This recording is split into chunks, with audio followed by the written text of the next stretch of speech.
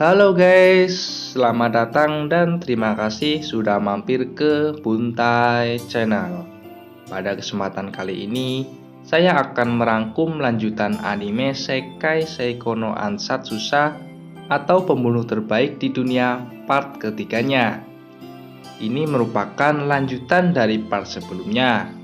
Jadi saya saranin buat tonton video sebelumnya agar bisa memahami jalan ceritanya. Perlu diingat, ini merupakan spoiler keras dari animenya. Buat kalian yang tidak ingin kena spoiler, silahkan close video ini. Namun, jika masih penasaran dengan lanjutan ceritanya, silahkan simak video ini sampai selesai. Sebelum lanjut, silahkan like, komen, dan subscribe channel ini. Juga share ke teman-teman kalian, bantu agar channel ini bisa berkembang lebih baik. Oke, tanpa banyak basa-basi lagi, mari kita lanjut ke pembahasannya.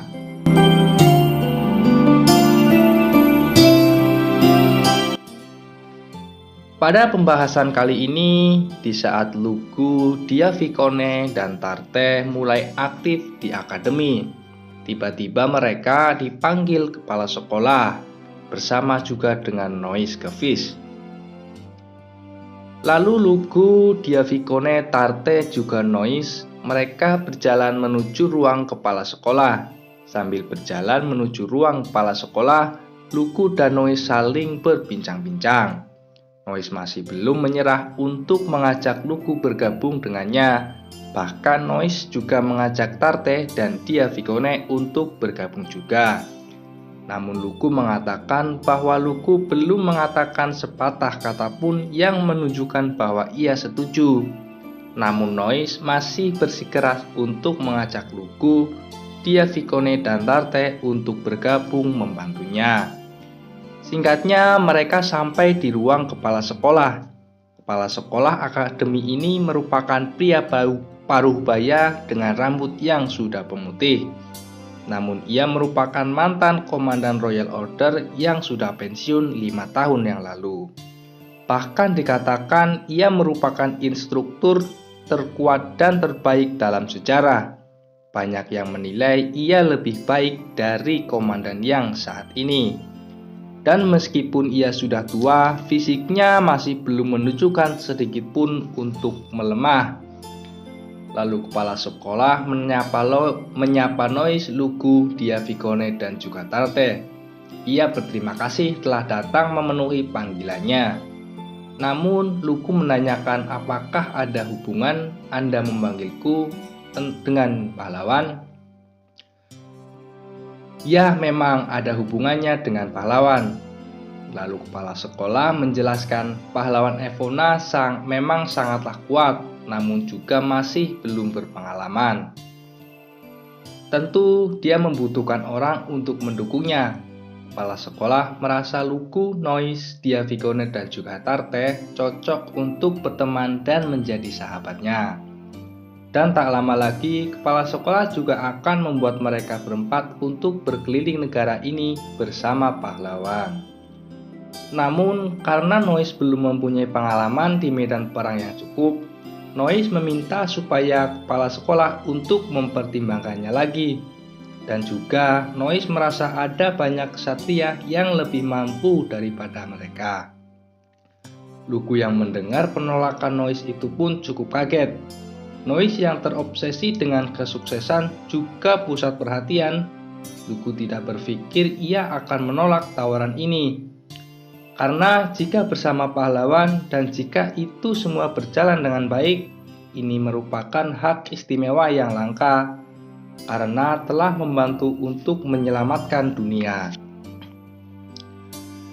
Kemudian kepala sekolah mengatakan Noise dan Lugu telah membuktikan dengan mengalahkan wakil komandan Royal Order, karena tidak banyak orang yang bisa melakukan itu. Dan untuk pengalaman di akademi ini akan jadi jawabannya. Juga dengan menjadi pemimpin pendamping pahlawan tidak akan menjadi jalan memutar untuk apa yang ingin Anda capai. Akhirnya Noise pun menyetujuinya. Namun kini giliran Lugu yang mengajukan pertanyaan. Mengapa Anda tidak membawa pahlawan juga ke sini? Bukankah jika ingin menjalin pertemanan akan lebih mudah jika ada pahlawan juga di sini? Apakah ada tujuan lain? Lalu kepala sekolah memuji Lugu yang tahu bahwa ada maksud lain dari itu. Lugu mengatakan apakah maksud dan tujuan mendekati pahlawan hanya untuk mengikat pahlawan? Anda tidak menyuruh kami untuk mengikutinya bukan karena kewajiban, melainkan sebagai teman. Karena hanya kami yang bisa melakukan peran tersebut. Dia Vigone yang bingung pun bertanya apa maksud sebenarnya. Lugu mengatakan pahlawan adalah makhluk terkuat di dunia. Tidak ada yang berharap akan ada yang menandinginya jika pahlawan memutuskan untuk menghancurkan kerajaan Alvania. Sudah dipastikan kerajaan ini akan tamat. Karena pahlawan yang tidak terkekang akan jauh lebih menakutkan daripada monster, bahkan Raja Iblis sekalipun. Itu sebabnya kita perlu untuk mencapai hatinya. Walaupun di medan perang, pahlawan tidak membutuhkan dukungan. Sahabat hanya akan menghambat di perkelahian. Namun tujuan menjadi teman adalah supaya pahlawan tidak akan berpikir untuk menghancurkan negara ini. Lalu Tarte mengatakan bagaimana jika percakapan ini bocor? Itu akan menjadi pengkhianatan terhadap kerajaan, pengkhianatan tertinggi. Juga jika ini gagal pun akan berakhir dengan hal yang sama, jawab kepala sekolah dengan nada dingin. Singkatnya, mereka semua setuju untuk menjalankan misi rahasia ini untuk menjadi sahabat dari pahlawan Evona. Setelahnya mereka meninggalkan ruangan kepala sekolah dan berjalan menuju tempat pesta yang diadakan untuk menyambut para siswa baru. Ketika mereka sampai di aula pesta, Lugu melihat pahlawan Evona yang sedang sendiri, meskipun banyak yang memperhatikannya juga mengerumuninya. Dan Lugu akan memperkenalkan diri dan akan memastikan ia memberi kesan yang baik bagi pahlawan Evona. Pada saat pesta untuk menyambut siswa baru, pesta yang diadakan sangatlah meriah. Pahlawan Evona selalu menjadi pusat kerumunan. Ketika kerumunan mulai pergi, Lugu memulai mendekati Evona dan menyapanya. Lugu telah mengamati Evona selama masih di ujian. Jadi Lugu tahu persis bagaimana menghadapi pahlawan. Lalu Lugu menyapanya dan memperkenalkan diri. Mereka memulai percakapan dengan santai. Lugu pikir yang terbaik bicara dengan pahlawan adalah tidak terlalu formal. Walaupun Evona adalah pahlawan, tetapi sebenarnya ia tidak menginginkannya. Karena sebelum Evona menjadi pahlawan, dia hanya tahu kekejaman. Namun itu semua berubah setelah dia menjadi pahlawan. Ia mulai menjadi pusat sanjungan juga perhatian. Semua orang mulai berubah. Dia sendiri pun tumbuh dewasa dan menjadi pahlawan tidak banyak berbuat untuk mengubah itu.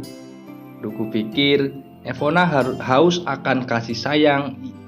Yang diinginkan hanyalah seseorang yang berbicara dengannya dengan setara, dan itulah yang akan Lugu lakukan. Saat pahlawan mulai membuka hati untuk percakapan, namun tiba-tiba ada profesor yang mendekati Lugu. Karena Lugu adalah siswa terbaik sama dengan Nois, ia harus memberikan beberapa pidato. Lugu pun meminta maaf pada Evona karena harus meninggalkannya. Evona pun tidak keberatan mengingat Lugu adalah ketua kelas. Evona memuji Lugu yang meskipun Lugu hanyalah seorang baron sama seperti Evona, namun pencapaiannya begitu banyak. Kemudian Lugu dan Nois pindah di meja makan di mana semua siswa bisa melihatnya. Kemudian Nois memulai pidatonya. Inti dari pidato Nois adalah untuk mengajak para siswa menjadi kuat bersama-sama. Setelah pidato Nois selesai, semua orang bertepuk tangan. Lalu sekarang Lugu yang berpidato. Lugu mengatakan bahwa setiap orang yang datang ke sini, sejujurnya 2 tahun adalah waktu yang lama. Lugu yakin banyak dari kita yang lebih suka mencurahkan waktu untuk mengembangkan wilayah kita sendiri.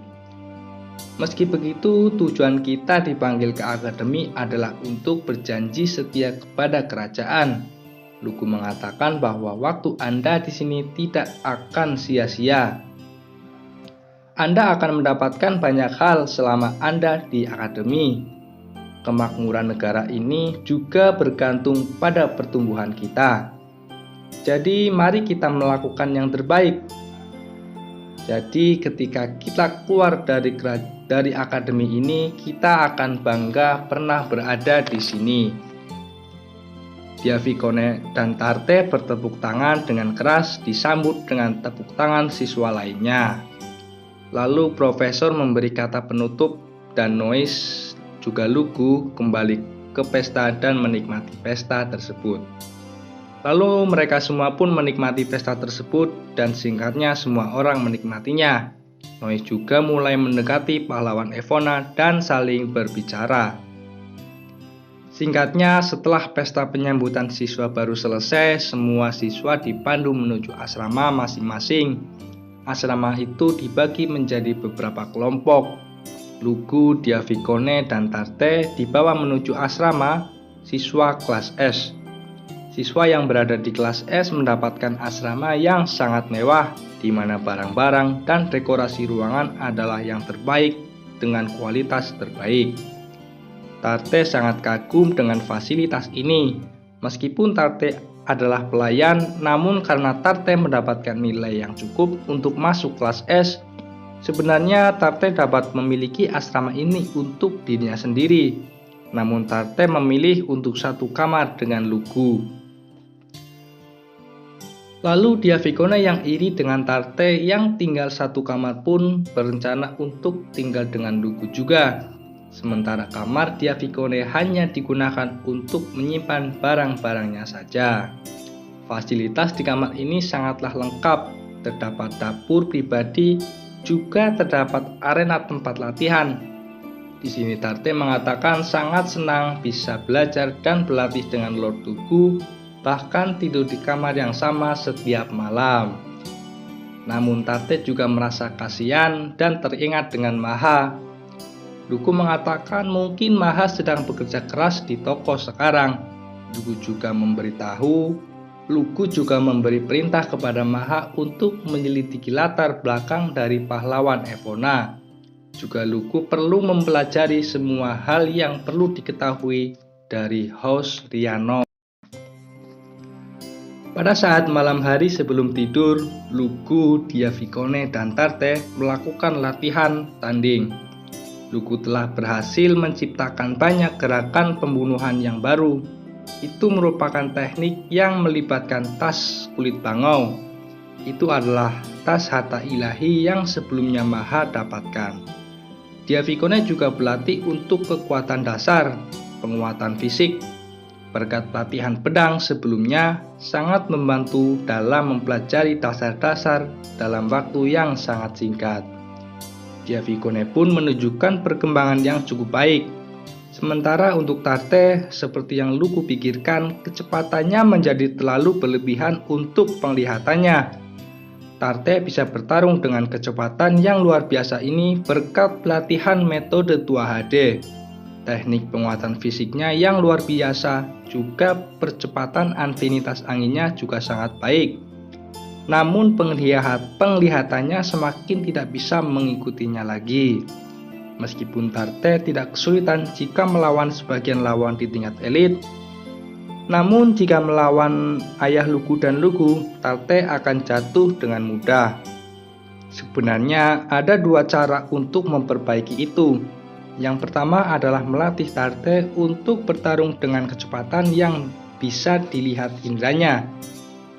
Ini adalah solusi yang paling sederhana namun akan membatasi kecepatannya.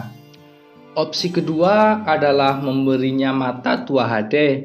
Ini menjadi solusi terbaik, namun Lugu belum dapat melakukan operasi tersebut. Meskipun Ken sudah mengajarkan cara, namun Lugu perlu berlatih pada seseorang sebelum melakukan pada Tarte.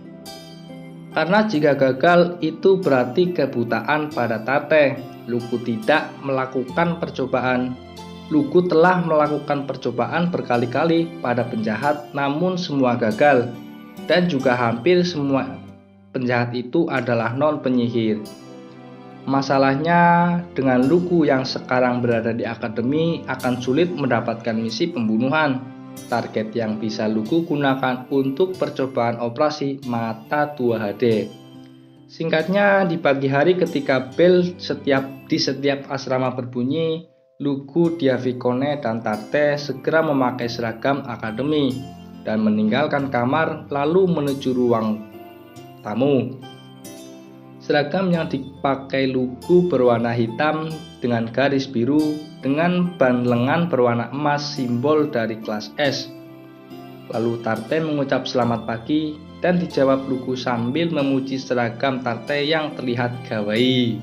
Meskipun pakaian Tarte berbeda dari para siswa, namun Tarte tetap terlihat sangat manis. Diavikone juga memuji seragam Tarte sambil dia berjalan ke ruang tamu, dan Diavikone juga menggunakan seragam yang sangat elegan. Setelah makanan siap, Tarte membawa piring makanan ke ruang tamu. Hidangan utama adalah sup jagung. Diavikone juga memanggang roti dengan selada dan telur orak-arik di atasnya. Mereka pun menikmati sarapan pagi dengan ditutup minum teh dan memakan roti panggang yang dipanggang Tarte semalam. Setelahnya Luku, Diavikone, dan juga Tarte bersiap-siap untuk ke akademi. Di perjalanan, mereka bertemu dengan Noise Gevis dan mereka pun saling berbincang-bincang. Noise juga membawa seorang pelayan ke akademi. Mungkin di bagian ini saya singkat aja ya guys. Daftar di kelas S ada 3 siswa yang penting, yaitu Noise Gevis, putra tertua dari pangkat seorang Duk. Lalu ada Finn McCool, putra kedua dari House McCool, dan juga pahlawan Evona Rhiannon tentunya. Lalu ada juga pembimbing, ada Profesor Mills Dunn sebagai pembimbing dengan badan tegap, kulit gelap, mata yang tajam, dan telah banyak melihat peperangan. Lalu pada kelas pertama menerangkan tentang tujuan untuk loyalitas dan pengabdian terhadap kerajaan Alvania. Dan mereka diberitahu bahwa setiap 6 bulan akan ada tes ulang untuk peringkat. Hampir sama seperti tes ujian masuk. Jadi bisa dipastikan di setiap 6 bulan tersebut akan mengalami perubahan untuk setiap daftar kelas masing-masing. Juga di kelas S pun bisa berubah juga dengan kelas lainnya. Ketika jam pelajaran selesai, Noise mengajak Luku untuk makan siang bersama di sebuah kafe. Anggota kelas S perlu membangun rasa persatuan, kata Noise. Namun Luku menolaknya. Luku mengatakan memang sangat penting untuk membangun persatuan dengan teman satu kelas. Namun ada beberapa hal yang harus Luku lakukan. Sebelumnya pas di jam pelajaran, Luku melihat ada merpati yang terbang menuju apartemen Luku. Itu merupakan surat penting dari ayahnya Ken. Jadi Luku berniat untuk langsung membuka surat itu. Meskipun Tarte dan Diavikone juga ingin kembali, dikarenakan Luku tidak ikut untuk makan siang bersama, namun Luku meminta mereka berdua untuk menggantikannya. Luku menjelaskan bahwa Luku ingin menghindari perspektif orang-orang yang melihat kami bertiga mengasingkan diri. Tarte juga Diavikone pun menyetujui untuk datang makan siang dengan Noise. Singkatnya, Luku kembali ke asrama dan melihat merpati membawa surat yang sedang beristirahat di kandang. Luku membelai burung itu dan mengambil surat itu.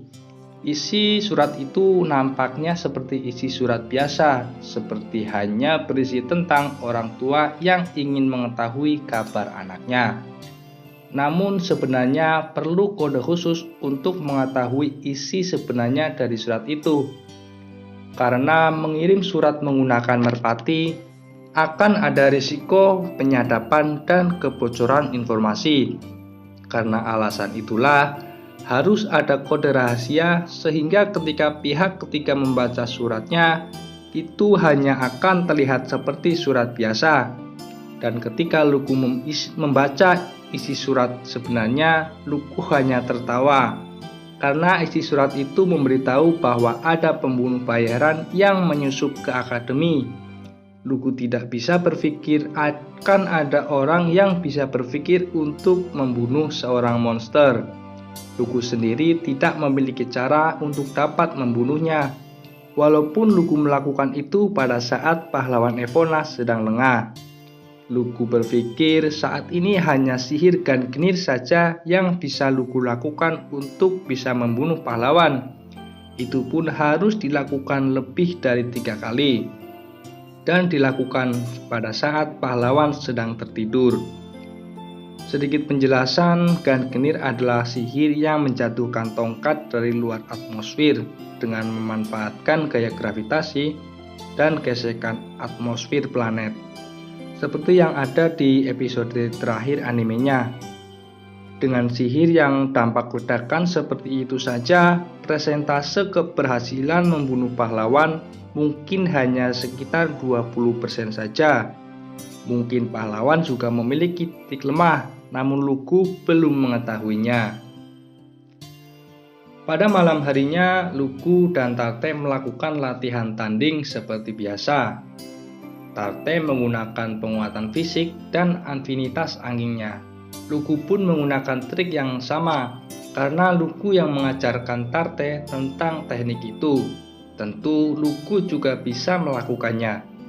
Kami bergerak dengan kecepatan yang hampir sama, namun perbedaan jelas terbentuk di antara kami. Tarte tidak bisa membaca gerakan Luku, namun sebaliknya Luku dengan jelas dapat melihat semua yang dilakukan Tarte.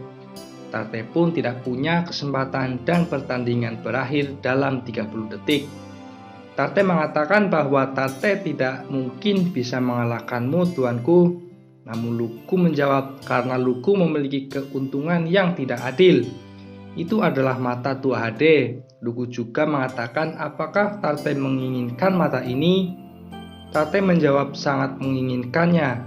Karena dengan mata itu Tarte bisa menjadi bantuan yang lebih besar untuk Luku. Dan yang paling penting adalah dengan mata ini itu bisa membuat Tarte berada di samping Luku selamanya. Namun, Luku juga memberitahu bahwa resiko menanamkan mata ini adalah kebutaan jika operasi ini gagal. Luku meminta Tarte untuk memikirkannya dengan baik. Tarte menjawab tidak perlu memikirkannya, karena tidak akan ada kegagalan jika Luku yang melakukannya. Bahkan jika Anda gagal, Tarte tidak akan menyesalinya. Diavikone juga memberi saran untuk melakukan operasi tersebut satu persatu. Jadi jika gagal tidak akan menjadi buta untuk keduanya. Itu merupakan ide yang bagus dan Luku menyetujuinya. Tarte lalu menanyakan kapan Luku akan melakukan operasi tersebut. Luku mengatakan untuk tidak terlalu memikirkannya. Mungkin tidak sampai 1 bulan dari sekarang. Luku perlu melakukan beberapa persiapan yang harus dilakukan. Jika Luku berhasil menangkap pembunuh yang mengincar pahlawan, maka Luku akan berlatih dengan itu. Dan Luku juga mengatakan akan membunuh Tarte jika Tarte berkhianat kepada Tua HD. Tarte pun mengangguk dan sepenuhnya mengerti. Singkatnya, minggu pertama di akademi telah berlalu tanpa insiden apapun. Lalu kami akan melakukan latihan pertandingan dengan menggunakan senjata tumpul, namun sihir dapat digunakan. Pembunuh bayaran yang mengincar pahlawan belum bergerak. Sampai kami pun melakukan pertarungan tiruan dengan lawan siswa yang dicocokkan berdasarkan kemampuan. Pertandingan Tarte pun berakhir. Lawan Tarte bukan dari pelayan, melainkan siswa di peringkat 5 di kelas. Namun Tarte dapat mengalahkannya dengan mudah. Luku yang mengamati pertandingan Tarte mengatakan Tarte menggunakan tombak dengan terampil namun melakukan beberapa kesalahan. Tarte mendengarkan dengan ekspektasi serius, kemampuan untuk dengan sabar mendengarkan saran dan belajar dari itu merupakan senjata terbesarnya. Di sisi lain, pertandingan Noise, seorang pendekar pedang yang terampil, dan Finn, seorang pemuda dari barisan panjang ksatria dimulai. Seluruh kelas terpesona dengan pertandingan mereka. Pertandingan pedang yang indah membuatnya menarik untuk ditonton. Noise pun memenangkan pertandingan itu. Selanjutnya adalah pertandingan Luku 2HD. Pertandingan dipilih berdasarkan kemampuan bertarung masing-masing dari siswa.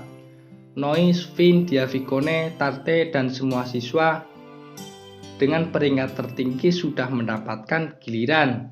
Hanya tersisa satu orang yang mungkin akan jadi lawan tanding Luku. Bukan mungkin ya, tapi pasti.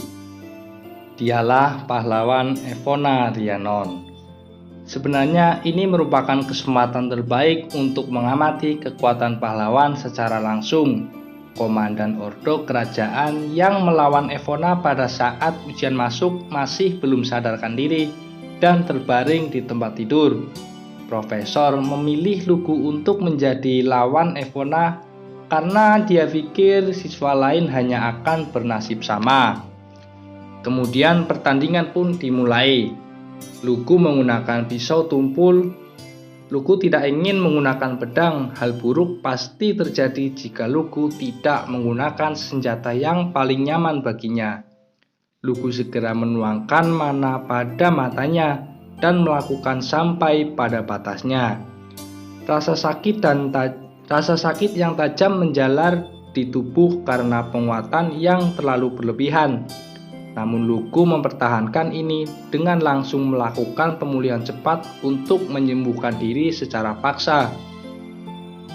Evona langsung menghilang sama persis seperti yang terjadi pada Komandan Royal Order. Yang membedakannya adalah Luku mempunyai mata 2HD. Luku bisa melihat sedikit. Luku bisa sedikit mengikuti langkah Evona walaupun hanya sedikit. Luku pun bergerak ke samping dan meninggalkan pisau itu melayang di udara. Jika Luku mencoba menyerang pahlawan dengan menggunakan pisau, lengan Luku pasti akan patah. Lalu pisau itu pun meledak dan melesat bahkan melebihi peluru yang melaju kencang dan langsung menembus kursi di tribun. Walaupun nyaris tak terlihat, namun ada luka memar terbentuk di lengan pahlawan Evona. Walaupun sebenarnya pisau itu seharusnya mampu memberikan kerusakan besar karena benturan dengan kecepatan seperti itu. Lalu pahlawan Evona mengatakan, "Kau menghindarinya. Anda bisa menghindari seranganku. Seperti yang aku harapkan, kau tidak akan terluka." Begitu yang dikatakan Evona sambil tertawa polos dan menyenangkan dari lubuk hati. Lalu Evona menatap Luku. "Ini mungkin pertandingan latihan, namun hidupku tetap dipertaruhkan. Meski begitu, Luku ingin ini tetap berjalan lancar," ucap Luku dalam hati. Oke, kayaknya cukup sampai di sini. Like jika kalian suka video ini, dislike jika tidak suka, tidak apa-apa. Jangan lupa share ke teman-teman kalian. Oke, thanks. Bye-bye.